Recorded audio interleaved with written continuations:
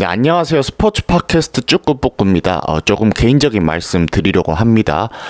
당분간 시험 준비를 비롯한 여러 가지 개인 일정으로 약 3주 정도는 영상을 거의 업로드하지 못할 것 같습니다. 기다려주시는 분들께 미리 양해 말씀드립니다. 참고로 저는 대학생은 아니고요. 여러 일정을 병행하며 컨텐츠를 만들고 있습니다.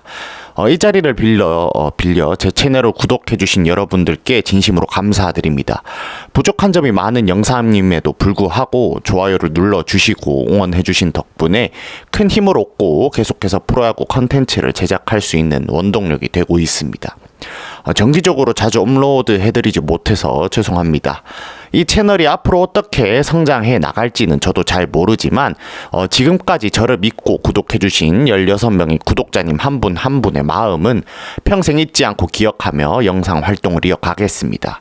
잠시 쉬어가지만 다시 돌아올 때는 더 좋은 컨텐츠로 인사드릴 수 있도록 준비하겠습니다. 감사합니다.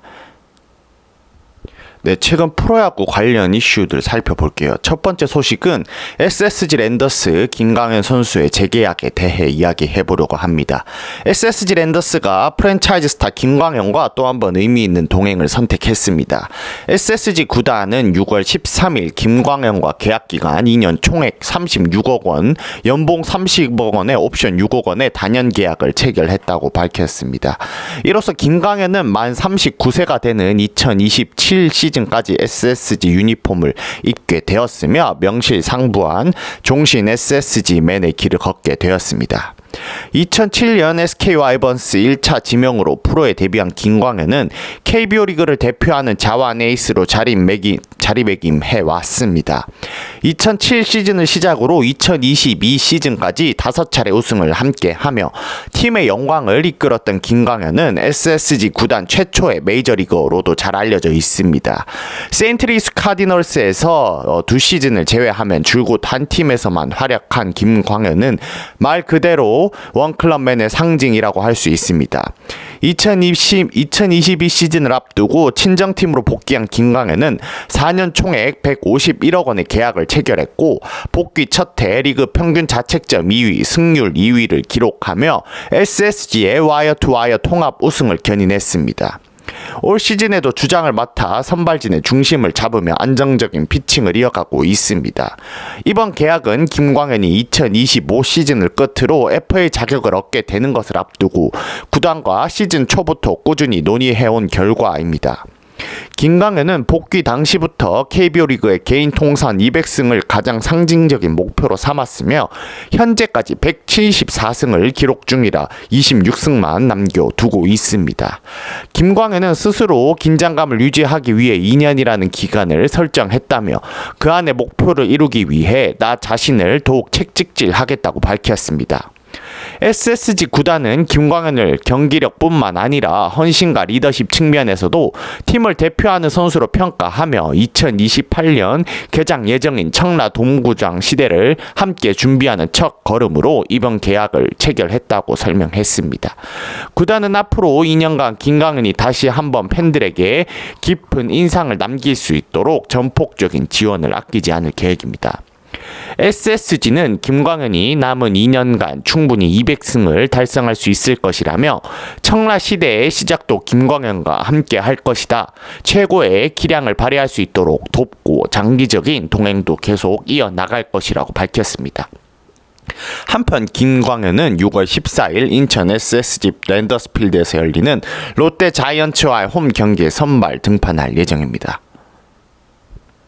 다음은 롯데자이언츠 장두성 선수의 부상 소식입니다. 롯데자이언츠 외야수 장두성이 폐 타박으로 인한 출혈 진단을 받고 병원에 입원했습니다.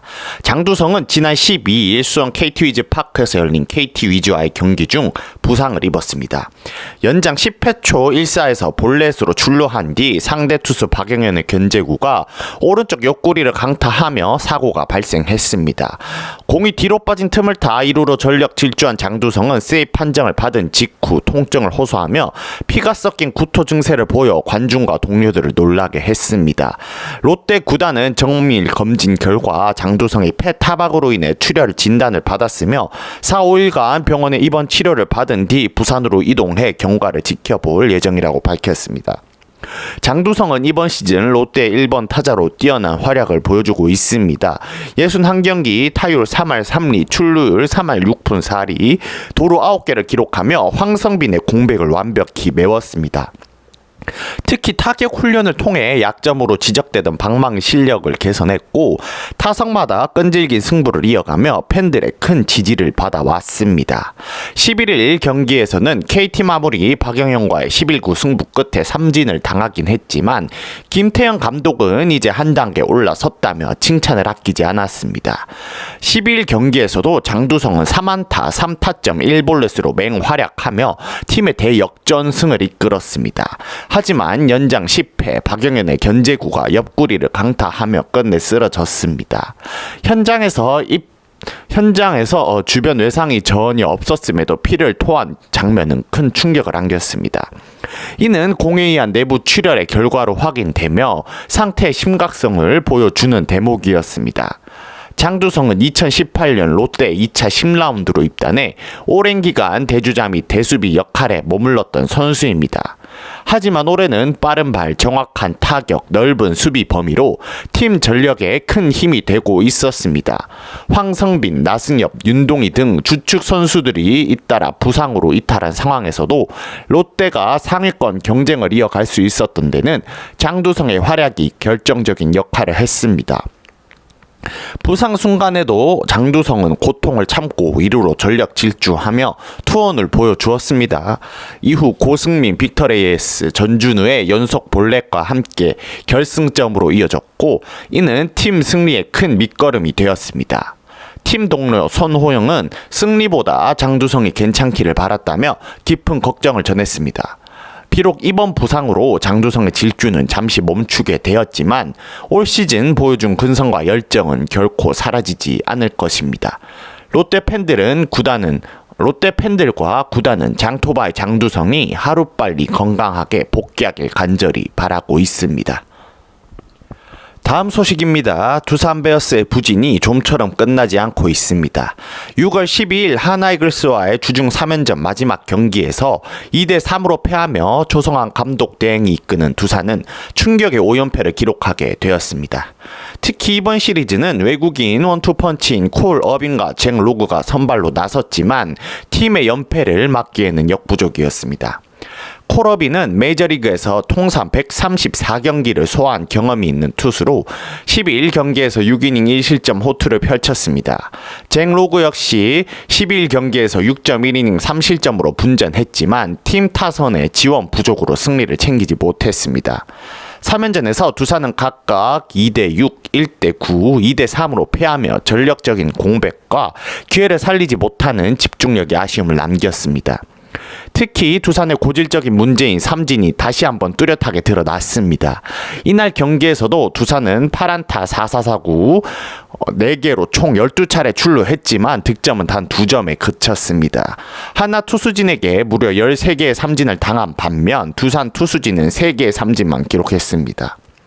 이는 이번 시즌 내내 이어져온 문제로 득점권 삼진율이 20.5%로 리그 최다 2위, 주자 있는 상황에서도 삼진율 20.3%로 높은 수치를 보이고 있습니다.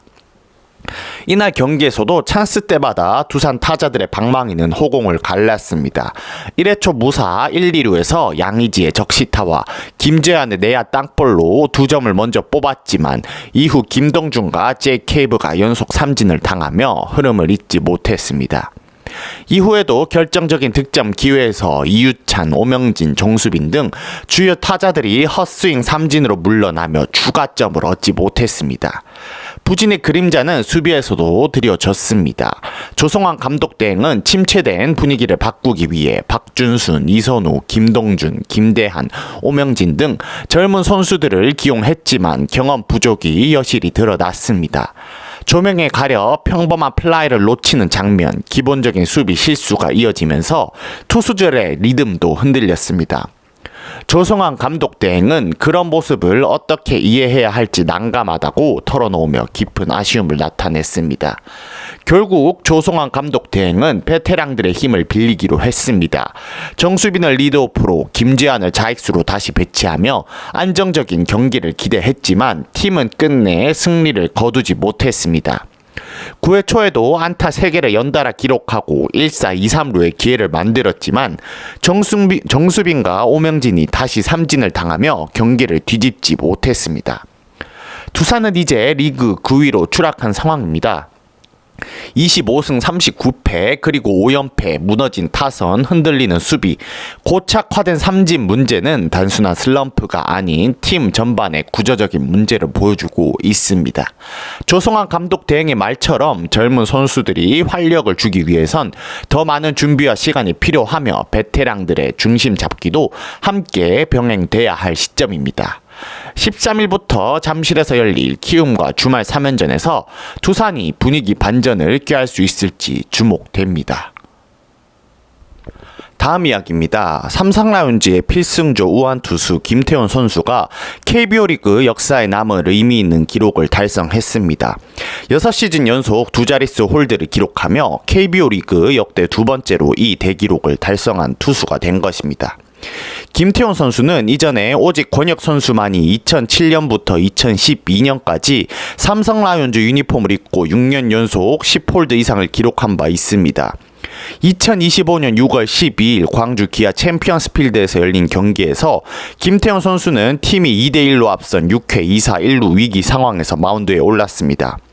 첫 타자 이창진에게 우익수 앞 안타를 허용하며 2사 1삼루로 위기가 이어졌지만 박찬호를 포크볼로 유도해 중견수 뜬공 처리하며 실점 없이 이닝을 마무리했습니다. 7회에도 마운드를 책임지며 위스덤을 중견수 뜬공 최용우와 오선으로 연속 삼진으로 돌려 세우는 완벽한 투구를 펼쳤습니다. 이날 홀드를 포함해 시즌 10번째 홀드를 기록한 김태훈 선수는 33경기 등판에서 평균 자책점 1.6위에 뛰어난 성적을 올리고 있습니다. 특히 삼성 이적 첫 해엔 7점대 평균 자책점으로 다소 부진했지만 2024년에는 평균 자책점 3점대 그리고 개인 최다인 23홀드를 기록하며 완전히 반등에 성공했습니다. 김태현 선수는 키움 히어로즈 소속이던 2020년 처음으로 10홀드를 기록하며 두각을 나타내기 시작했고 이후에도 꾸준히 10개 이상의 홀드를 기록해왔습니다. 삼성 이적 후에는 젊은 투수들로 구성된 불펜진 속에서 묵묵히 중심을 잡아주는 역할을 해오고 있습니다. 그는 이적 후 첫 해에 어려움을 겪었지만 그 경험을 발판 삼아 자신의 루틴을 지키고 꾸준히 훈련하며 다시 필승조의 핵심으로 자리매김했습니다. 특히 김태훈 선수는 메이저리그 뉴욕 매츠의 일본인 투수 센가 코다이의 포크볼을 연구하며 큰 발전을 이뤘다고 밝혔습니다. 영상을 3시간 넘게 찾아보다 포크볼 릴리스 포인트를 개선했고 그 효과가 실전에서도 드러났습니다. 그의 말처럼 무엇이든 꾸준히 하려는 자세와 철저한 루틴이 지금의 결과를 만들어냈습니다. 올 시즌 종료 후 FA 자격을 얻게 되는 김태훈 선수는 FA보다는 팀의 승리와 개인 루틴 유지에 집중하고 있다고 말했습니다. 개인 최다 홀드 경신은 물론 커리어 첫 30홀드 그리고 통산 100홀드 가능성도 열려있는 상황입니다. 지금의 활약을 이어간다면 김태훈 선수는 내년 KBO 리그 사상 최초로 7년 연속 두 자릿수 홀드라는 전무후무한 대기록에 도전할 수 있게 됩니다. 그의 꾸준함과 집념이 만들어낸 이 특별한 기록은 삼성 팬들에게도 오랜 시간 기억될 것입니다.